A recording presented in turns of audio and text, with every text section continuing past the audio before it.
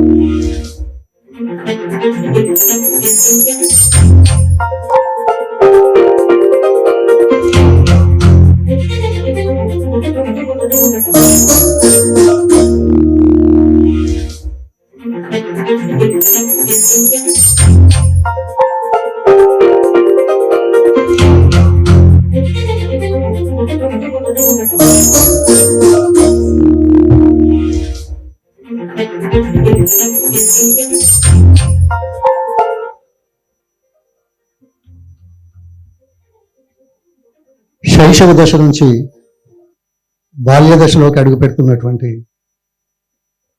స్వతంత్ర TV media సంస్థ,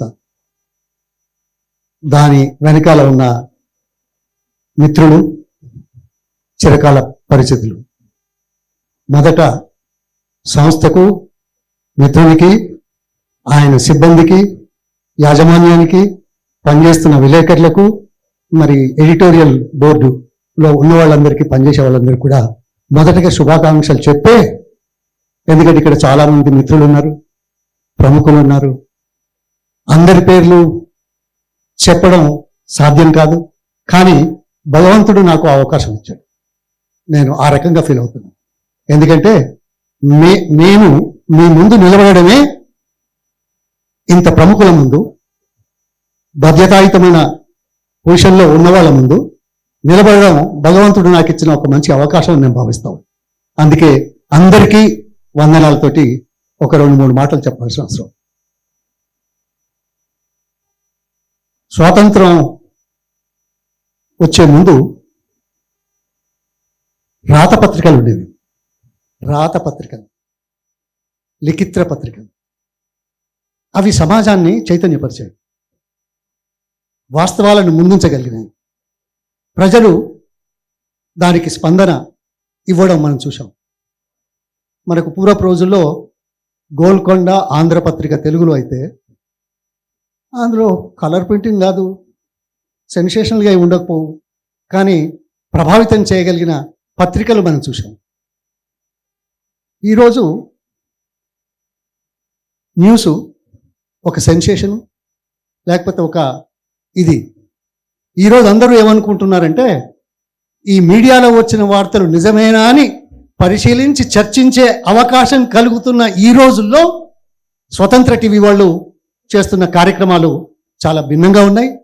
ఇది మన ప్రజాస్వామ్య 4 స్తంభాలలో ఒకటైన దీనికి మరింత ఊపు వచ్చే విధంగా, it may be one of the many, maybe hundreds, I don't know exactly. If it is not for a difference, why me? Why Swatantra? That's what the feeling I could get from him, my friend. So, I wish him to continue that.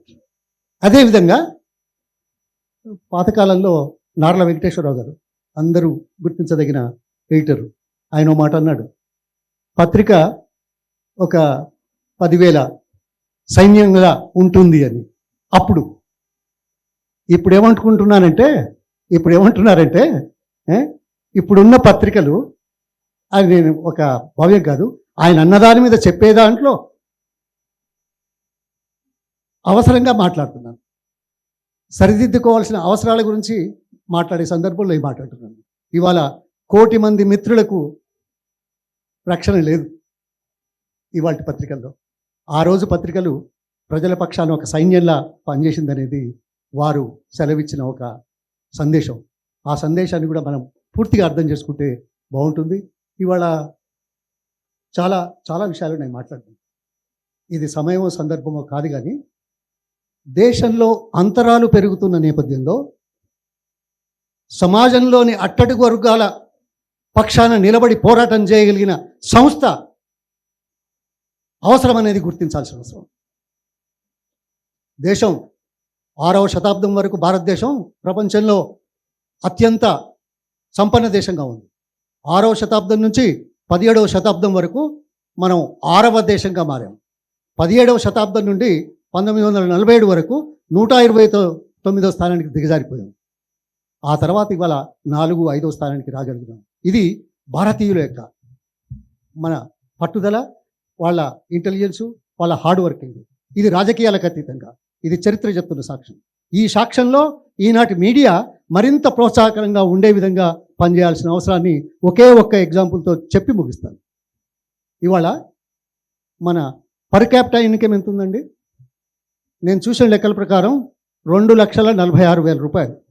2,46,000 per capita income.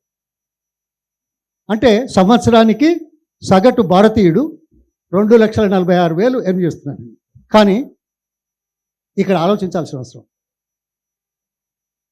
పై అంతస్తు కింద అంతస్తు ఎంత ఉంది, సగటు ఆదాయం ఎంత percentage వరకు పొందగలుగుతున్నారు, ఏమీ లేకుండా కూలీ చేద్దాం అనుకునే వాళ్లకు మనం ఏం చేస్తున్నాము, కూలీ చేసేవాళ్ళు సమాజంలో 18 ఏళ్ళ పైన ఉన్నవాళ్ళు దాదాపు 31% ఉన్నారు. దాదాపు 20 కోట్ల మంది ఉన్నారు. వాళ్ళకేదో చాలా పెద్దగా ఎంప్లాయ్మెంట్ గ్యారంటీ అన్నాం.